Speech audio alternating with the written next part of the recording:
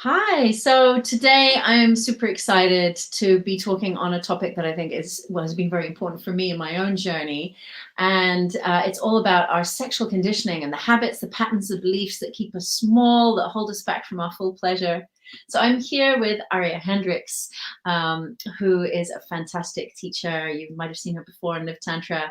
And your big topic is tantric sexuality, right? Yeah, I'm fast. I mean, Tantra yoga meditation transformed my whole personal development journey. But as soon as I dove into tantric sexuality, it's like this was the missing piece of the puzzle and transformed me so much that I'm specializing myself just in tantric sexuality. So Oh, yeah. that's so great. So our topic today is all about our kind of earlier experiences and our beliefs, the things that we inherit from like our parents, our religious figures who are around, our culture, right? Our schoolmates, and how these things can affect us later on in our sexuality, and sometimes without us even kind of realizing. Right. So can you share maybe a little bit about your own personal experience with exploring your sexual conditioning? How did you discover that you needed to do this healing? Yeah, it's interesting because for me, I was never in a place where I felt that I needed sexual healing. I really came from this place like, oh, my sex life is great. I was talking with my friends very openly about it. I was always very like exploring and trying new things. And it wasn't until I actually joined a striptease workshop Aha. because I was just like, oh, I want to learn something new. But that striptease workshop was actually a tantra workshop at the same time where we looked at our relationship with our body and our sexuality.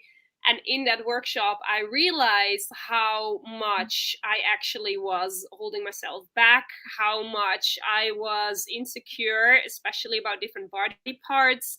I realized that actually I thought I was so free in my mind, but that I was performing a lot when it comes to sexuality, that there was a lot of fear around being a slut or being, like too sexually out there, that I always held myself really small, like talking a lot about it. But it wasn't something for me that I was like, oh, I need sexual healing. I think sex is great. But then in that first workshop, I realized actually there's I'm holding myself back in ways that I didn't even realize. Insecurities came up, shame came up, blockages came up, and I was like, sex is more like a mental turn on rather than something that feels deeply pleasurable in my body. Like I thought it was I thought every woman gets sore and has pain after a few minutes of penetration. I thought it was normal that I didn't really orgasm. I thought it was normal that my yoni was numb. So I Yeah. just, I had no idea.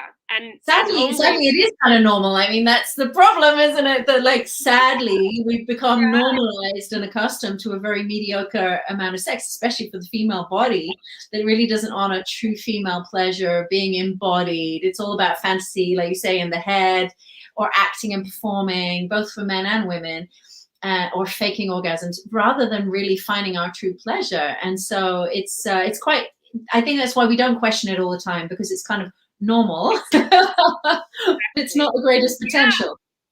And I think also not knowing like what, like now I look back and the amount of sensations and pleasure and depth I can feel in my own body is just, I didn't even know that was possible. And Yeah. so sex turned into a whole different dimension. It was like, oh, I can really feel things in my body. But that only came clear when I started to look into what is actually my relationship with sexuality. How much do I know? How much am I holding myself back? And Mhm. that, I think, is like the groundwork for being able to have deep beautiful experiences when it comes to sex, to really look, hey, like, how do I feel, think, and act sexually, and is that Mhm. in alignment with seeing this as something that's really beautiful and sacred, or is it more polluted by religions and people in power that have always told us that sex is something we should hide or feel ashamed about? And this is why I think this work is so important. And a lot of people I know, like I work with, they think, no, I don't have sexual shame. And I'm like, even, after years working with sexuality, I still discover sexual shame inside of me in certain aspects. Like everyone has sexual shame. And this is And I the think, trouble, right? It's so unconscious a lot of the time.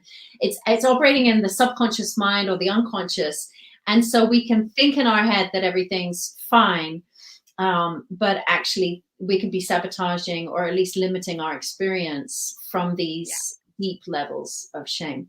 How do people start to unfold that then? I believe as soon as they start doing any shadow work around sexuality or any like personal development around sexuality, it often starts with more the conscious. I think moving into like the conscious sexuality, becoming more aware of what is happening inside of us and really opening the Pandora box of sexuality and see what comes up, which I think is, happens in beautiful retreats. For example, Tantra, personal development, anything around conscious sexuality. I think it's something really hard to do in your own. And as soon as people step in like a group process or a group retreat and really start looking into their sexuality, I think that's when people realize like, oh wow, there is so much to discover. Much to overcome, and like little fears start to come up around different ways of sexual expression. So I think that's one of the first ways to start talking about it. Do you think there are signs, like we talk about it being unconscious, but do you think, are there ways in which people know that they need to start doing this healing?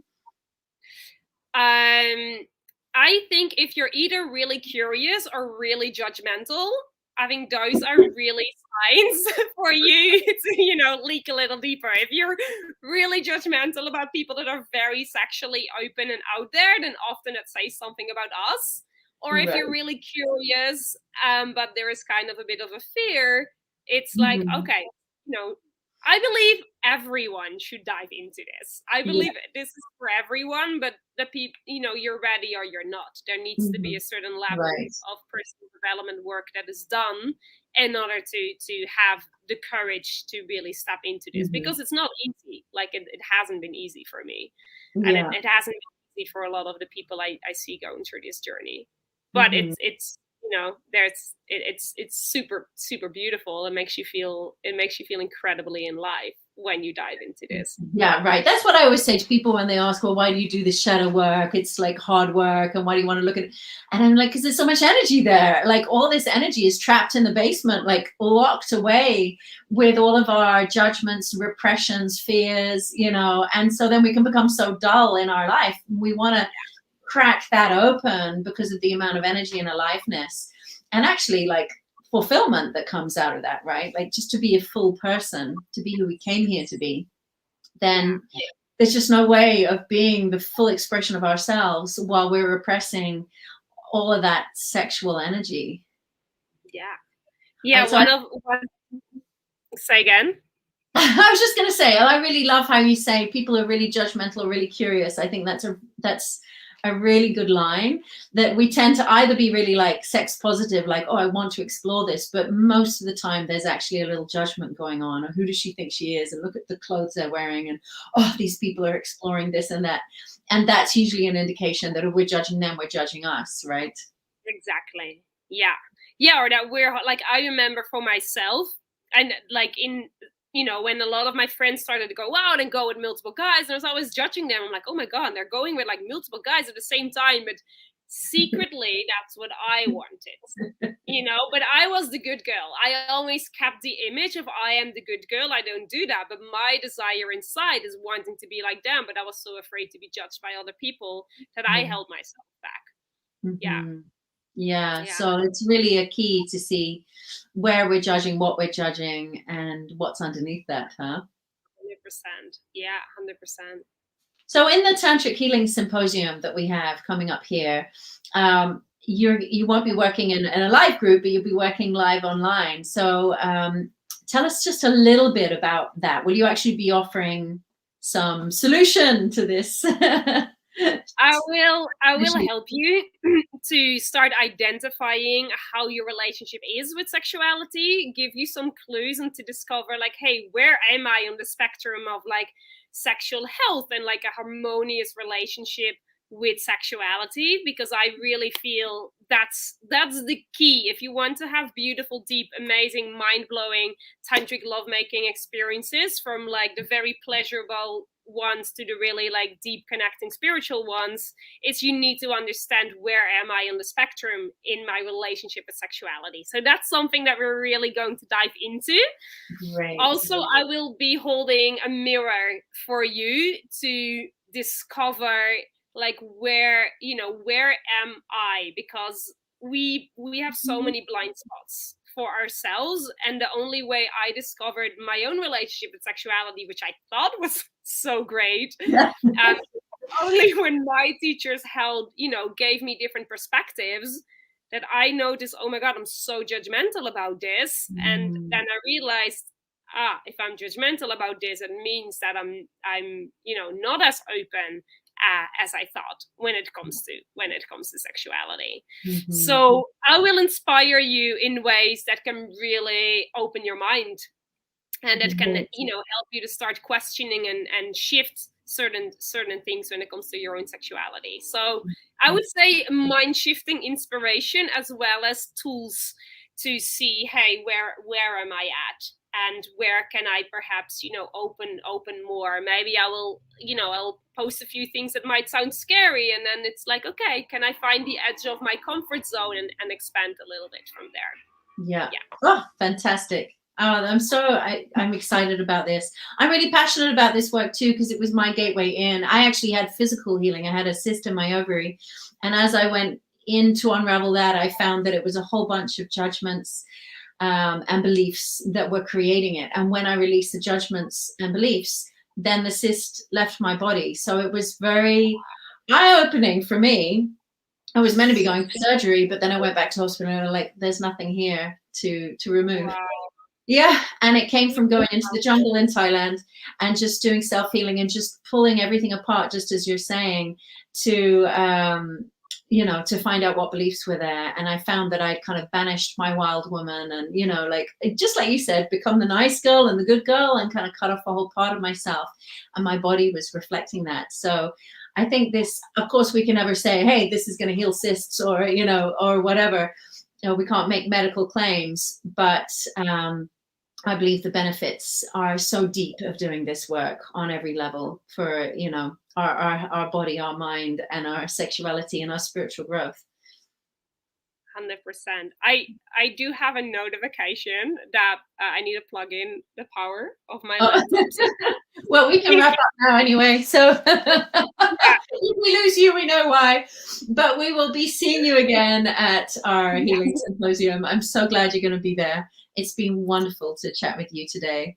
And look forward to seeing you there. The links will be with this video. Okay, take care. Bye.